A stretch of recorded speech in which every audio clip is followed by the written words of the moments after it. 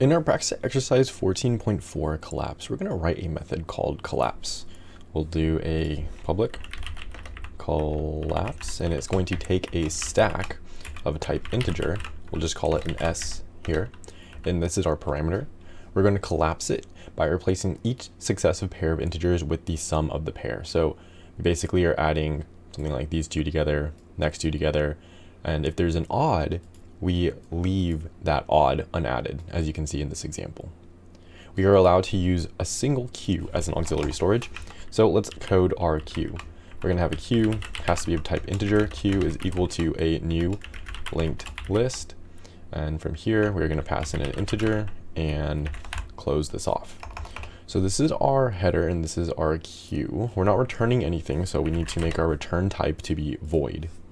Now, inside of here, we're going to want to basically put all of our stack values in our queue. The reason why we're not adding it yet is because when we do this, when we pop off our stack, which is how we get our values from the stack, when we pop off the values, we consider this our stack, right? This is the top of our stack. We pop from the top to the bottom. So if we start adding into our queue, we're going to be adding these back ones. And that's a problem if we have an odd value, because if we have an odd value, then we're going to be adding the odd value in, and we don't want that. So what we first need to do is compensate for this backwardsness. We're going to while, and we're just adding all of our values from stack to our queue right now. So while stack is not empty, so basically whilst s is empty but an exclamation mark out front, we're just going to do q.add and then s.pop. This will remove all the elements from our stack and put them in our queue. Remember, they are in backwards order now. And now that they are in backwards order, we can add them back into our stack. When we add them back into our stack, it's going to have these on the bottom instead of the top.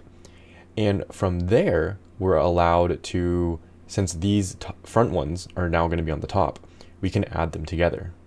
Hopefully that makes sense. We'll code it out and hopefully get the hang of it a little bit more. So we're going to move into our stack now. So while our queue is not empty, we're going to do s.push and then q.remove. And so that is how we would do this. We're pushing everything back into our stack now.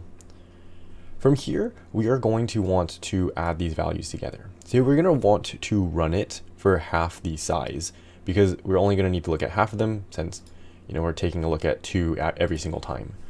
Let's make a new variable called size, and we're going to set it equal to s.size divided by 2. It's okay if it's odd, because if it's odd, like let's say it is 9, right? When we divide it, it's going to round down, so it's going to be 4. We will have 1 left over, but we'll have a check at the end to add this back into our stack if we need to, if it is odd. So we can end this line, come down here. We're going to have a for loop. We're going to do int a is equal to 0. And we want to run this as long as our a is less than size. And then we're going to have a plus plus. And then inside of here, we are going to want to add into our queue. So we're going to do q.add.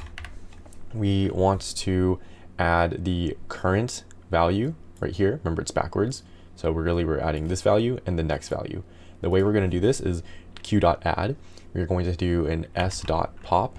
So we pop the top one off the stack, and then s.pop again. This is going to pop the next one off the stack. So we add these in. We don't need a brace because that's the only thing we're going to be doing in this for loop. So that's our entire for loop adding back into our queue.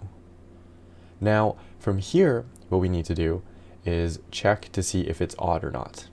And to check to see if it's odd, we're just going to do an if. Just an if check. Can you guess what we're going to do? Well, we're going to say if our queue is not, or I'm sorry, our stack is not empty, because everything's in our stack right now. If our stack is not empty, well, that obviously means that there's something inside of it, right? And if there's something inside of it, then we're just going to need to add it to our queue to be with the rest of everything else. So q.add, we'll have s.pop, and that's going to be our check. Now from here, we can just add everything back into our queue, or I'm sorry, our stack. So this is if s is empty, we're going to q.add s.pop. So we're adding everything back into our queue here. And from this, we are going to want to add everything back into our stack. And it's just going to file in just as it is here in order. We're going to do while our queue is not empty, we want to do an s.push. So we're pushing back to our stack, and then q.remove. It's a lot of going back and forth if you're using queues and stacks, just because stacks are first in, last out, and queues are first in, first out. And let's see, we have an issue here. Oh, this should not have parentheses because it's not a method. It's a variable right here. So we're going to submit this. Hopefully we pass all of our tests. If you do have any questions, as always, leave them in the comments below. We have more practice it problems in the playlist link below the like button, but that's exercise 14.4 collapse.